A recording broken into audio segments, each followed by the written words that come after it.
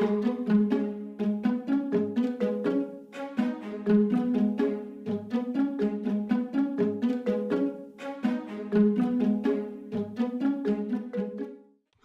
समंदर गोपी चंदन बोल मेरी मछली कितना पानी, इतना पानी। हरा समंदर गोपी चंदन बोल मेरी मछली कितना पानी, इतना पानी। हरा समंदर गोपी चंदन बोल मेरी मछली कितना पानी, इतना पानी। अरे मछली रानी, अब तो पानी से तक आ गया। अब तक तो दादाजी को आ जाना चाहिए था। हाँ, अब तक तो दादू को आ जाना चाहिए था। अरे उधर देखो। अरे वाह, आ गए दादाजी, आ गए दादाजी, आ गए दादाजी, आ गए दादाजी, आ गए दादाजी। प्रणाम। खुश रहो, स्वस्थ रहो। मेरा इंतजार कर रहे थे। हाँ दादाजी। दादाजी, आपने कहा था कि आप कहानी सुनाएंगे। हाँ हाँ, क्यों नहीं, चलो उधर बैठते हैं।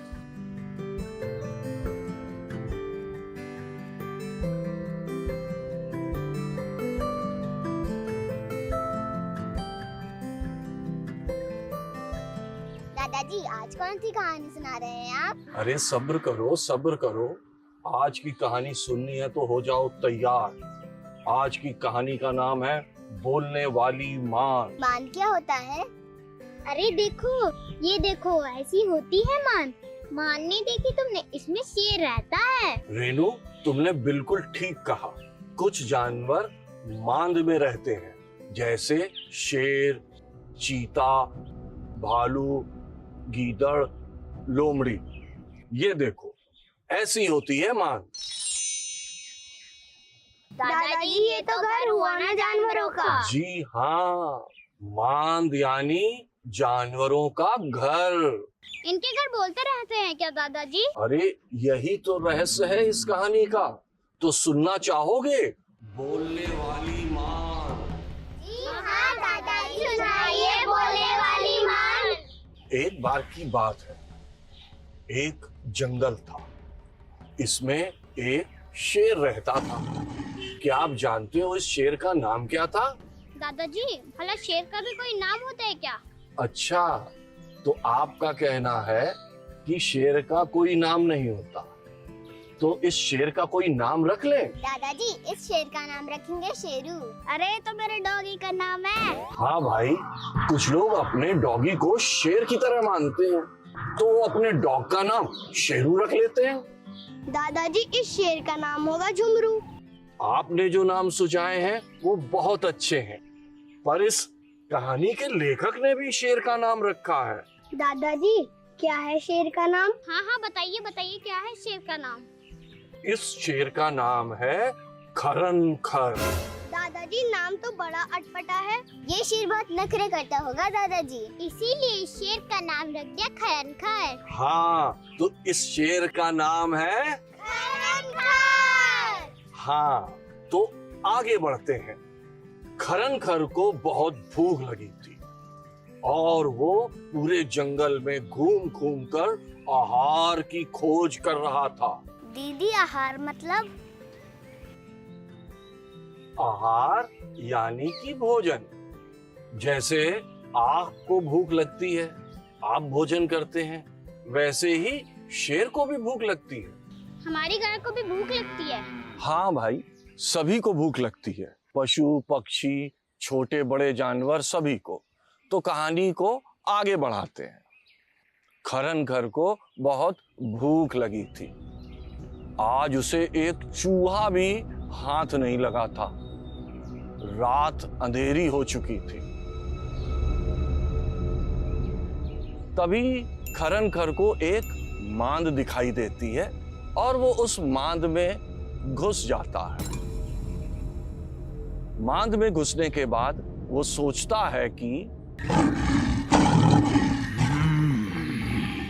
इसमें कोई ना कोई पशु तो रहता ही होगा।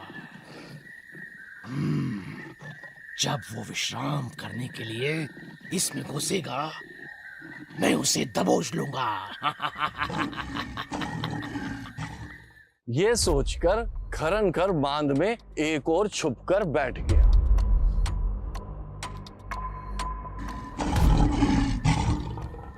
उस बांध में दधीपुच्छ नाम का एक सियार रहता था।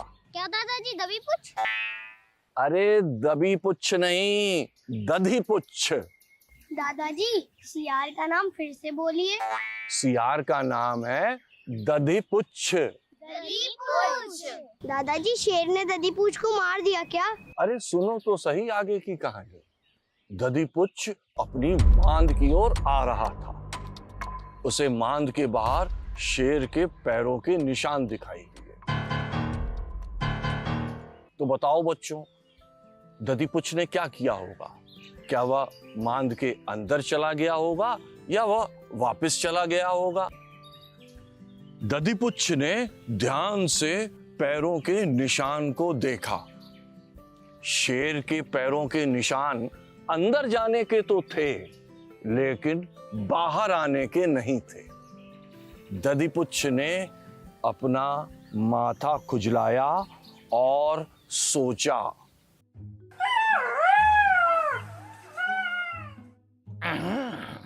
हे भगवान, आज तो मेरी जान पर ही आ बनी। इसके भीतर अवश्य ही कोई सिंह घुसा बैठा है। बच्चों, क्या हम इस सियार की कुछ मदद कर सकते हैं? आइए मिलकर सोचते हैं। इससे पहले कि हम सियार को कुछ सुझाव दें, आप इन पैरों के चिन्हों को पहचान के बताइए कि ये किन पशु पक्षियों के हैं। गाय के पैर। बहुत बढ़िया, बिल्कुल ठीक आर्यन। ये हाथी के पैरों के निशान। अरे वाह, तुमने तो बिल्कुल सही बताया। ये है बकरी के पैर के निशान। बिल्कुल ठीक। ये है चिड़ियों के पैरों के निशान। हाँ बिल्कुल ठीक रीना, तुमने बिल्कुल ठीक बताया। ये तो तुमको पता चल ही गया कि सियार मांद में रहता है। अब ये बताओ कि कौन कौन से जानवर मांद में रहते हैं? भालू, चीता, शेर, गीदड़। आपका अनुमान एकदम सही है।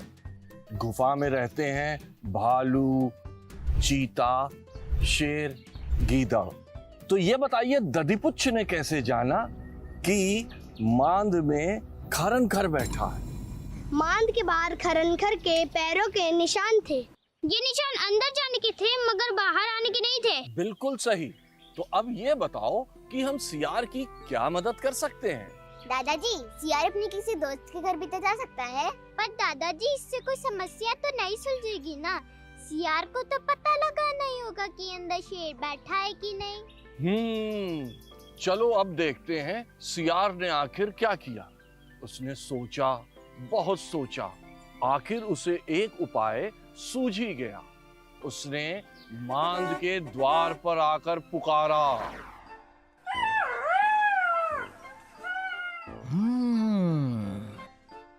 ए मेरी मांद, ए मेरी मांद। दादाजी, सियार रोज ऐसे ही अपनी मांद को पुकारता है क्या? आगे सुनो तो सही, अभी समझ आ जाएगा। ऐ मेरी मांद, ऐ मेरी मांद, ऐसा कहकर सियार चुप हो गया। कुछ देर बाद उसने कहा, अरे तुझे क्या हो गया है? आज बोलती क्यों नहीं?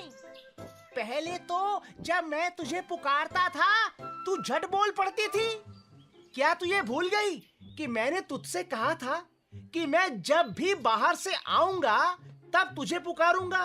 दादाजी, दादाजी, मैं समझ गई सियार की तरकीब। बीच में मत बोलो ना। अरे रीना रेनू, परेशान ना हो। हाँ तो आगे सुनो क्या हुआ। अब शेर को विश्वास हो गया कि सियार के पुकारने पर यह मांद जरूर बोलती होगी।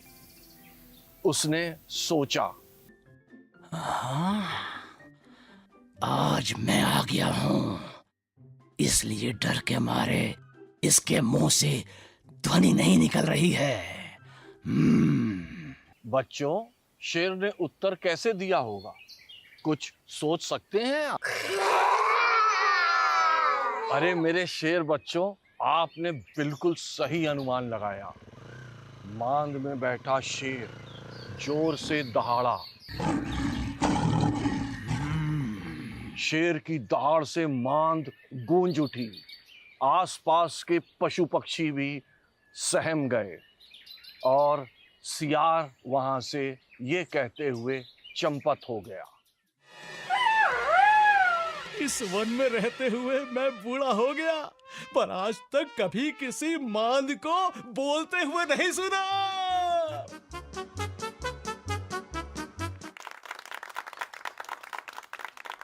दादाजी, ये सियार तो बहुत ही बुद्धिमान निकला। क्या गजब का आइडिया सूझा इस सियार को।